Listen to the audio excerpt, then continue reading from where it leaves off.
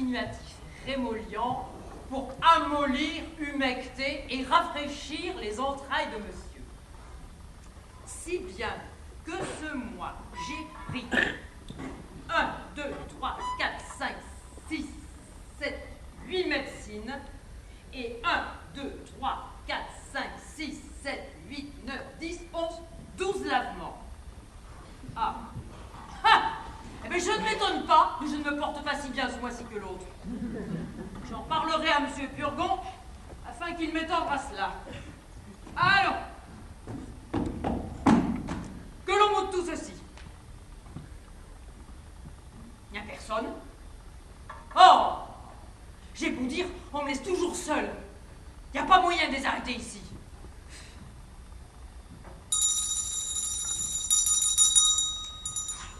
Ils n'entendent point et ma sonnette ne fait pas assez de bruit. Toinette! Toinette! Drelin! Drelin! Drelin! Drelin! Drelin! Ah! J'enrage! Drelin! Drelin! Drelin! Mais carogne à tous les diables! Est-il possible qu'on laisse comme cela un pauvre malade? Ah mon Dieu! Ils me laisseront ici mourir! Drelin! Drelin! On y va! Interdiction! Ça fait votre impatience. Vous pressez si fort les personnes que je me suis donné un grand coup de la tête. Contre la canne d'un volet. Pas traîtresse! Ah! Il y a une heure! Tu m'as laissé! Mais tais-toi donc, coquine, que je te querelle! Ça, bon, ma foi, j'en suis d'avis après ce que je me suis fait. Tu m'as fait bousiller, carogne! Et vous? Vous m'avez fait me casser la tête. L'un ou bien l'autre, quitte à quitte si vous voulez. Ils ont en vous une bonne vache à lait. Et je voudrais bien leur demander quel mal vous avez pour vous faire tant de remèdes. Mais taisez-vous, ignorante! Ce n'est point à vous de contrôler les ordonnances de la médecine. Je lui commande absolument de se préparer à prendre le mari que je dis. Et moi, je lui défends absolument d'en faire rien. Où est-ce donc que nous sommes? Et quelle audace est cela à une coquine de servante de parler de la sorte devant son maître? Quand un maître ne songe plus ce qu'il fait, une servante bien sensée lui ton droit de le redresser. Oh, insolente! Oh, il faut que je t'assomme! Nom de grâce, mon père, ne vous faites point malade. Si tu ne m'arrêtes, je te donnerai ma malédiction! Et moi, je la déshériterai si elle vous obéit. Je n'en puis plus! Voilà pour me faire mourir! Approchez! Avez-vous mon pauvre mari? Monsieur, Qu'est-ce que c'est qu'il y a, mon petit-fils? Mamie! Mon ami! On vient de me mettre en colère! Hélas, pauvre petit mari, comment donc, mon ami? Votre coquine de Toinette est devenue plus insolente que Ne jamais! vous passionnez donc point! Elle m'a fait enrager, Mais mamie! doucement, mon fils! Elle a contrecarré plus d'une heure toutes les choses que je veux faire! Là, tout doux! Elle a eu l'effronterie de me dire que je ne suis point Oh, malade! c'est une impertinente! Écoutez, Toinette, si vous fâchez jamais mon mari, vous mettrez dehors. Là! Oh, que je vous suis obligée de tout le soin que vous prenez de moi! Enlevez-vous, que je mette ceci sous vous. Et donc celui-ci pour vous appuyer, et celui-là de l'autre côté, et celui-ci derrière votre dos, et celui-là pour soutenir votre tête. Et celui-ci pour vous garder du serein. Que tu veux m'étouffer! Là! Pour tâcher de reconnaître l'amour que vous me portez, mon cœur, je veux, comme je vous l'ai dit, faire mon testament. Nous ne parlons point de cela, je vous prie. Je ne saurais souffrir cette pensée. Et le symbole testament me fait tressaillir de douleur. Je vous avais dit d'en parler pour cela à votre notaire. Il est là là-dedans que j'ai amené avec moi. Montrez-moi. Hélas, mon ami, quand on aime bien un mari, on est guère en état de songer à tout cela. Elle m'a, monsieur, expliqué vos intentions. Et le dessein, vous êtes pour elle là-dessus. Et je voudrais vous dire que vous ne pourrez rien donner à votre femme par votre testament. Comment cela? La coutume y résiste. Si vous étiez en pays de droits écrits, cela se pourrait faire. Mais à Paris et dans les pays coutumiers, au moins dans la plupart, c'est ce qui ne se peut. Que demandez-vous, monsieur? Ce que je demande, C'est vous Quelle surprise, que venez-vous faire, Séan? Savoir ma destinée. Parler à l'aimable Angélique. Consulter les sentiments de son cœur. Et savoir ses résolutions sur ce mariage fatal dont on m'a averti. C'est pourquoi je ne viens pas ici comme cliente et sous l'apparence de son amant, né comme amie de son maître de musique. Monsieur Purgon, monsieur m'a défendu de découvrir ma tête. Vous êtes du métier, vous savez les conséquences. Nous sommes dans toutes nos visites pour porter secours aux malades et non pour leur porter de l'incommodité. Allons, Thomas! Thomas! Avancez! Monsieur, je viens saluer, férir et révéler en vous un second père. Mais un second père auquel j'ose dire que je sois plus que le premier. Le premier m'a engendré, mais vous m'avez choisi. Il m'a reçu par nécessité, mais vous m'avez accepté par grâce. Ce que je tiens de lui est un ouvrage de son corps. Ce que je tiens de vous est un ouvrage de son corps. Et d'autant plus que les facultés spirituelles sont au-dessus corporelles, et d'autant plus que je vous dois, et d'autant plus que je tiens précieuse cette future filiation dont je viens dès aujourd'hui vous rendre par avance les très humbles et respectueux Thomas. Vive les collèges consorciers à Milhomme! Cela a-t-il bien été, mon père? Baiserais de te refaire? Rebaiser Thomas!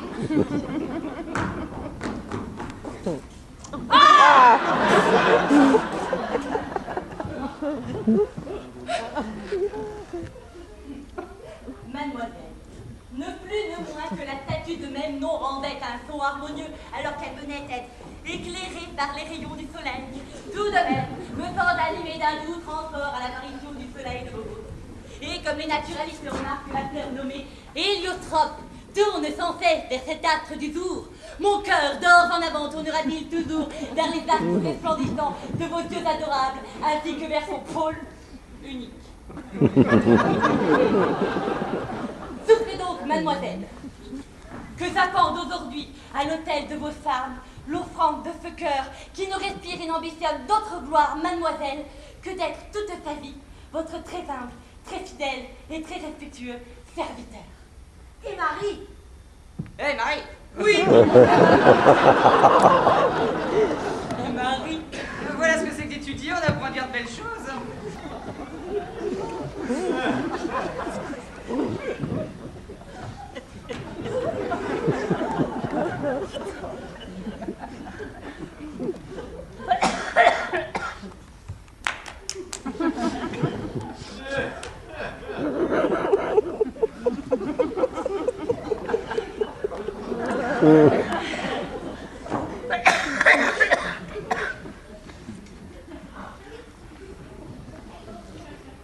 Vous voyez, monsieur, que tout le monde admire monsieur votre fils. Et je vous trouve bien heureuse de voir un grand garçon comme cela. À demander en mariage adorable beauté sans laquelle il ne peut plus vivre. Mais, dans le même temps, on l'avertit que le père de cette belle a conclu son mariage avec un autre. Jugez quelle atteinte cruelle au cœur de ce triste berger. Le voilà accablé de mortel. Et le transport de son amour l'oblige à lui parler ainsi. 1, 2, 1, 2, et ce micro. 1, 2. Il est où ton papa? Là!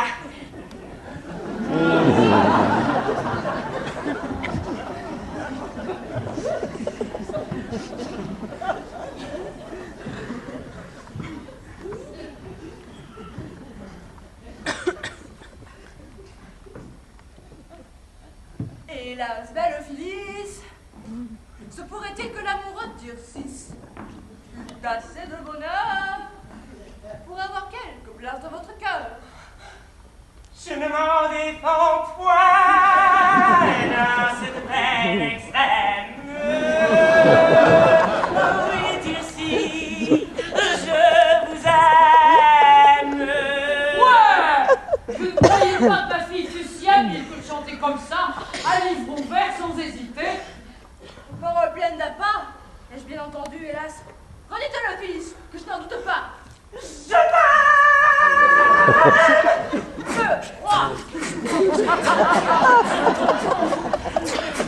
Comparez votre bonheur au mien.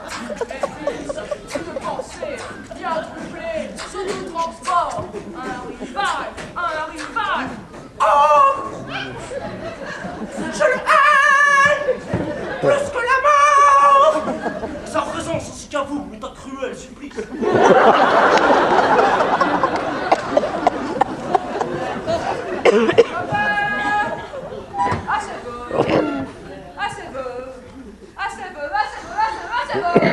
Je vous assujettis. Plutôt mourir, plutôt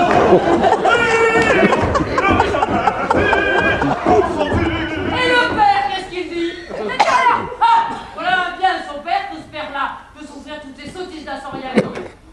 Montrez-moi ce papier. Où sont donc les paroles que vous avez dites? Il n'y a là que de la musique écrite. Est-ce que vous ne savez pas qu'on a trouvé depuis peu l'invention d'écrire les paroles avec les notes même? Fort bien. Jusqu'au revoir, monsieur. Je suis votre serviteur. Nous nous serions bien passés de votre pertinent opéra. J'ai cru vous divertir. Les sottises ne divertissent point. Ah! Voici ma femme, m'amour. Voilà le fils de monsieur Diaphorus.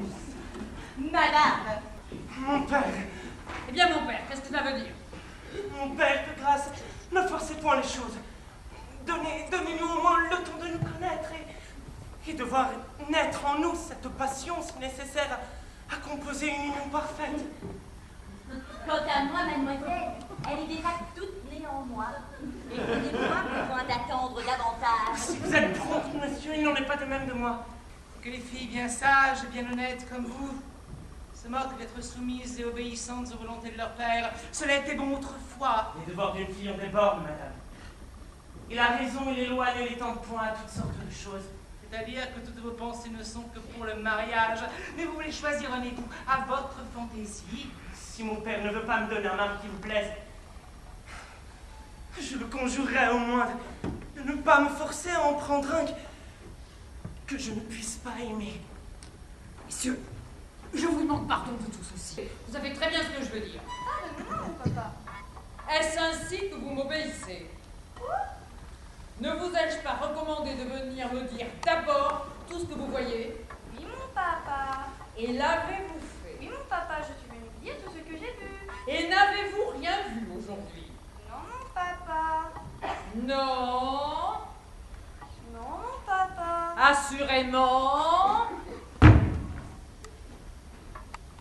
Ne me Et après, nous verrons au reste. Ne me les donnez pas, mon papa. Vous l'aurez.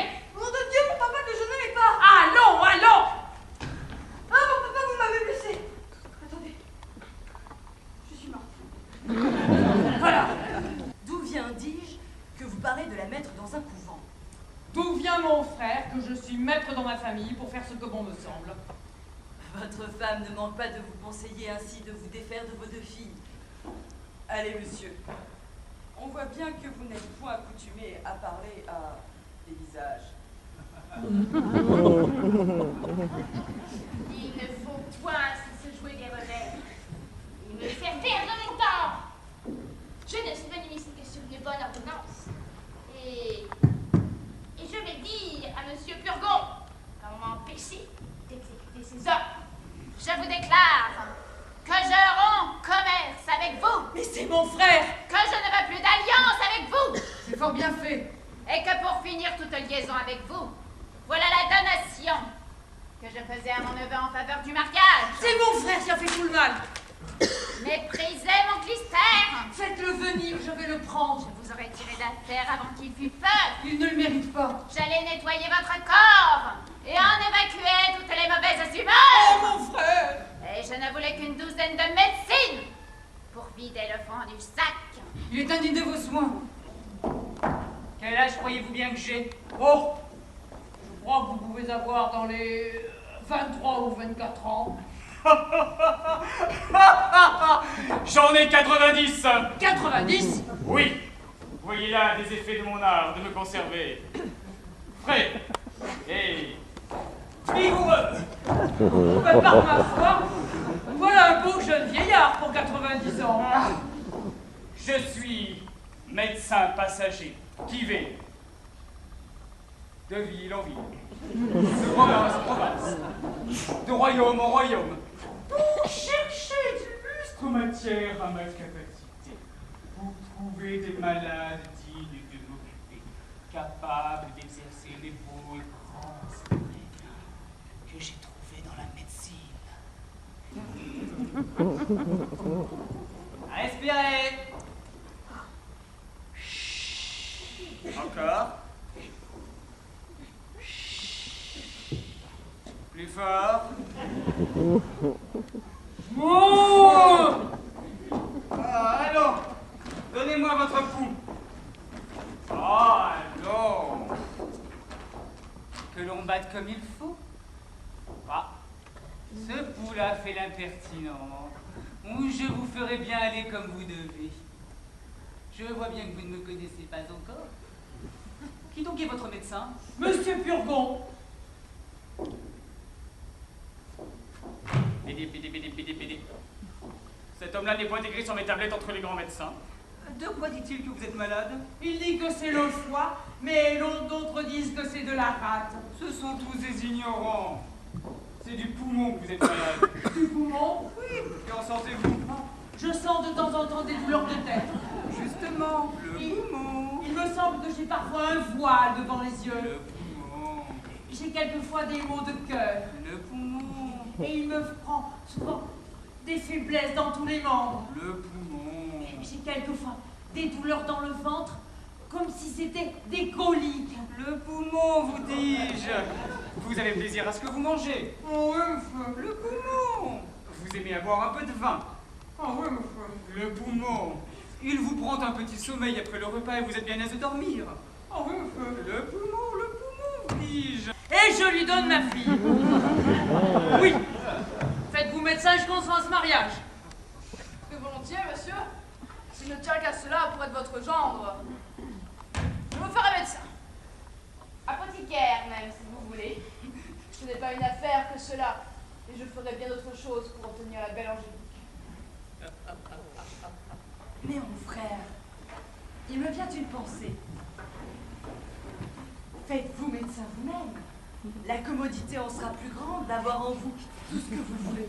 Ah, mon frère, je pense que vous vous moquez de moi. Est-ce que je suis en âge d'étudier? Bon, étudier, vous êtes assez savant pour cela. Et il y en a parmi eux qui ne sont pas plus habiles que vous. Mais il faut savoir parler latin et connaître les maladies et les remèdes qu'il faut faire. En recevant la robe et le bonnet de médecin, vous saurez tout cela. Et vous serez bientôt plus habile que vous ne voudrez. Quoi? L'on sait discourir sur les maladies quand on a cet habit-là? Oui. On n'a qu'à parler. Avec une robe et un bonnet, tout galimatia devient savant. Et toute sottise devient raison. En tout cas, oh, je suis prêt à tout. Voulez-vous que l'affaire se fasse tout à l'heure? Comment ça tout à l'heure? Oh oui, et dans votre maison. Dans ma maison? Oui. Une faculté de mes amis, on viendra faire la cérémonie dans votre salle. Cela ne vous coûtera rien. Mais moi, que faire? Que dire? On vous instruira en 2 mots, on vous donnera par écrit ce que vous devez dire.